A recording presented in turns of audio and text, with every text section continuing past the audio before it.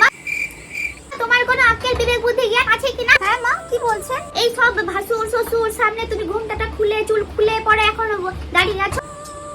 কি? ঠিক আছে মা, চুলটা বেঁধে নিচ্ছি আমি। যে বুদ্ধি সব হারিয়ে ফেলেছো নাকি? না মা, মানে ঘুমটা সবসময় দিয়ে কি করে থাকবো মা? না বাবা মা কিছু শিখায়নি তোমার? যা ভালো করে ঘুমটাটা দাও। আচ্ছা ঠিক আছে মা, এবার থেকে আমি ঘুমটা দিয়েই রাখবো মা। আর হ্যাঁ, এই যে মহারানী। কি মা? বলছি রান্না বান্না সব কত দূর? হ্যাঁ রান্না বান্না মা করছি মা, এখনো হয়নি কিছু। যাও সব রান্নাগুলো করবে, 5 রকম ভাজা করো, মাছ করো, আর একটু ভালো করে খাসির মাংসের ঝোলটা করবে, ঠিক আছে? আর চাটনি করবে, একটু পাঁপড় লাস্টে ভাজবে, তোমার শ্বশুর খেতে ভালোবাসে। বাপরে, ঠিক আছে মা, আমি সব করে দেবো, আপনি চিন্তা করবেন না। ঠিক আছে যাও এবারে।